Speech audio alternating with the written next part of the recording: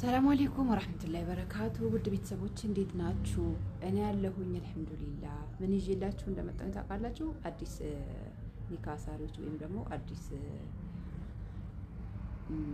ትዳር ወጪዎች ተስጦኝ ወይም ደግሞ ያለፍኩበትን ለምን አላካፍላችሁም የሚለው ነው ይዤ የመጣሁት። ኢንሻአላህ ትወዱታላችሁ ብዬ ተስፋ አደርጋለሁኝ። ትዳር ማለት ጥሩ ነው፣ በጣም ጥሩ ነው። የሆነውም ያልሆነውም አይዳፈራችሁም። ትዳር ከያዛችሁ ትከበራላችሁ።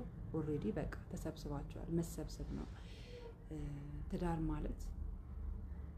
በጣም ጥሩ ነው። ኢማናችን ሙሉ ይሆናል። አይቦቻችን ይሸፈናሉ። በቃ የህይወት አንድ መስመር ብለን እንጀምራለን ማለት ነው። ልክ እናት አባቶቻችን እኛም ወልደው አድርሰውን ለዚህ ወግ ማድረግ ካበቁም በኋላ እኛ ደግሞ ተቀብለን ልክ እንደነሱ እኛም እንደዛው ሌላ ትውልድ አፍርተን ለወግ ማድረግ ማብቃት ማለት ነው። ሌላ ነገር ምንም የለውም ማለት ነው። አላኩልያን እንደዛውም ደግሞ ጥሩ ወደንና ፈቅደን የገባን ማረሚያ ወይም እስር ቤት ማለት ነው ትዳር ማለት። ምክንያቱም ላጤ ኑሮ ስንኖርና የትዳር ኑሮ ስንኖር እኩል ስላልሆነ ማለት ነው። ማንኛውም አይነት ነገር ቁጥብነት ይጠይቃል። ትዳር ውስጥ ስንሆን አንዳችን የአንዳችን ክብር መጠበቅ ስላለብን የግድ ስብስብ ነገር እንላለን ማለት ነው በማንኛውም አይነት ነገር። ሌላኛው ደግሞ ትዳር ማለት ተሽከርካሪዎች እንደማለት ነው። ምክንያቱም ተሽከርካሪዎች ምሳሌ ያደረጉበት ምክንያት ፎር ኤግዛምፕል በተለይ ክፍለ ሀገር ያሉ ተሽከርካሪዎች በአንድ አስፋልት ነው በዚህኛው ሳይድ የሚወርድ መኪና ከሆነ በዚህኛው ሳይድ ደግሞ ወደ ላይ የሚወጣ መኪና ማለት ነው። አንዳቸው መኪናዎች ጠጥተው ወይም ሰክረው ወይም ስልክ እየቆረቆረ ወይም ሌላ ነገር ላይ ሆነው ያኛውን የሚወርደውን ወይም የሚወጣው አንዳቸውን ይጎዳሉ ማለት ነው አይደለ? ልክ እንደዛ ነው ትዳር ማለትም። ባልዮ የሆነ ኡዙር የሌለው ከሆነ ወይም ደግሞ ከተበላሸ ቤተሰብ እየወጣ ከሆነ እሷን ይጎዳታል። እሷም እንደዛው ማለት ነው። ሁለቱም ከሌላ ቤተሰብ ነው የመጡት። እስከሚቻቻሉ ድረስ ጊዜ ይፈጅባቸዋል። ያንን ጊዜያቸው ደግሞ አውቀውና ወስነው እስከገቡ ድረስ መቻል አለባቸው። በቃ የራሱ ጉዳይ የራሷ ጉዳይ ካልን ሌላኛውም እንደዛው ሌላ ሰው ነው። መቼም ያወቅናትና አብሮ አደጋችን እህታችን አናገባም አይደለም። ሌላ ቤት ባዳ ነው የምናገባው። የበለጠ ችግር ሊኖርባት ይችላል። ስለዚህ አውቀንና ወደን ለትዳራችን ትሆነናለች፣ ለወደፊት ህይወታችን ትሆነናለች ብለን እስካገባናት ድረስ ወዲያውኑ አንድ ሁለት ችግር አየሁባት ወይም አየሁበት ተብሎ መፍረስ የለበትም በፍጹም ማለት ነው። በፍጹም ይሄ ነገር አደራ እላችኋለሁኝ። ሌላ ነገር ደግሞ ትዳራችን እንዴት ማስቀጠል እንችላለን የሚባለው ነገር አንዴ ከተጋባችሁ በኋላ እንዳልኳችሁ ወዳችሁ ፈቅዳችሁ ተጨንቃችሁ ዝም ብሎ ትዳር የለማ። በጣም ብዙ መስዋዕትነት ከፍለን ነው፣ በጣም ብዙ ብቸኝነት አሳልፈን ነው ትዳር የምንይዘው። ስጦታ መስጣት አለበት። ከተቻላትና አላህ ኢቭን አስቤዛ ካዘጋጁት ላይ ራሱ የሆነ ነገር አንስታ ቆይታም ቢሆን ማለት ነው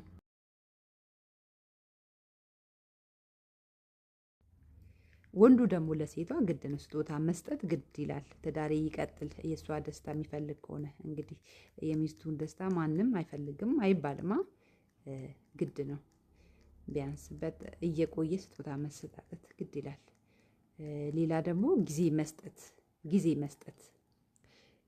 ቆይ በሌላ ቪዲዮዬ አንድ ባል ሚስቱን ሊፈታ ምክንያት ሲፈልግ ወይም ደግሞ አንድ ሚስት ባሏን ልትፈታ ምክንያት ስትፈልግ እሱንም ቪዲዮ ሰራላችኋለሁ ማለት ነው።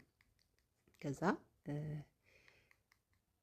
ጊዜ መሰጣጠት ማለት የፈለገ እንኳን በስራ ቢዚ ቢሆኑ እንኳን ተነጋግረው የራሳቸው ጊዜ እንትን ማለት ከተቻለ ከቤት ወጣ ብለው ለራሳቸው ጊዜ ቢሰጡ ጥሩ ነው። ማይቻል ከሆነ ደግሞ እንደኔ ቢጤ ከሆኑ እጃቸው እርጥብ ካልሆነ ኢኮኖሚያቸው ከቤት አስቤዛና ከተለያየ ወጪ የማይጨምር ከሆነ ቤታቸው ውስጥ የተለመደዋን ቡናዋን ሻያን አፍልተው ጊዜ ለራሳቸው መስጠት ይሄ በጣም የትዳራቸው ጥሩ ሰንሰለት ነው ማለት ነው። ሌላ ደግሞ አንደኛው ቤተሰብ የሌላኛው ቤተሰብ የፈለገው እንኳን ደሃ ቢሆኑም የፈለገ ምንድነው ቀለል ያለ ቤት ነው ብሎ መናቅ የለበትም። ማክበር አንዳቸው ቤት አንዳቸው ማክበር መቻል አለባቸው። ይሄ በጣም የትዳራቸው ሌላኛው መቀጠያ ማስረዘሚያ መንገድ ነው። መደማመጥ የሚባለው ነገር ደግሞ መደማመጥ ለምን እንደሆነ ባላቅም ትዳር ከተባለ በኋላ የሆነ እልህ የሚል ሸይጣን አለ። አውዝ ቢላሂ ሚነ ሸይጣን ረጂም። ከዛ ባሻገር ደግሞ ይሄንን ሁሉ እያረግን ትዳራችን አልስተካከልም በቃ እንደዚህ ባደርግም እንደዛ ባደርግም አይሆንም የሚሉ ከሆነ ሩቅያ ቤት መሄድና ኡስታዞችን ማማከር በእንደዚህ አይነት መልክ ሄጃለሁ። ሪሊውን ማለት ነው መሸፋፈን ምናምን ሳይሆን ሪሊውን ለኡስታዞች ነግሮ ሩቅያ ማስቀራት በዛ ሰውየው ላይ ወይም ደግሞ በዛ እህት ላይ ሩቅያ ማስቀራት በቃ እስከ ጥግ ድረስ መሄድ ነው እንጂ በቃ የሆነ ነገር ከበር አድርጌ ነበር አልሆንም አለ ብሎ መፍታት መቻል አያስፈልግም። እንደዛ ከሆነማ መጀመሪያም ያለ መፈለግ ትዳር ዝም ብሎ መኖር እንደዛ ነው ያለው ነገር ወይም ደግሞ እኔ ማቀው ነገር። በተረፈ ለኔ የምትመክሩኝ ነገር ካለ በኮሜንት አስቀምጡኝ። እኔ ምክር እፈልጋለሁ። እህቶች ምክር ያስፈልገኛል። አላኩል ያህል አላህ ይጠብቃችሁ። ወዳችኋለሁ። ሰላም አለይኩም።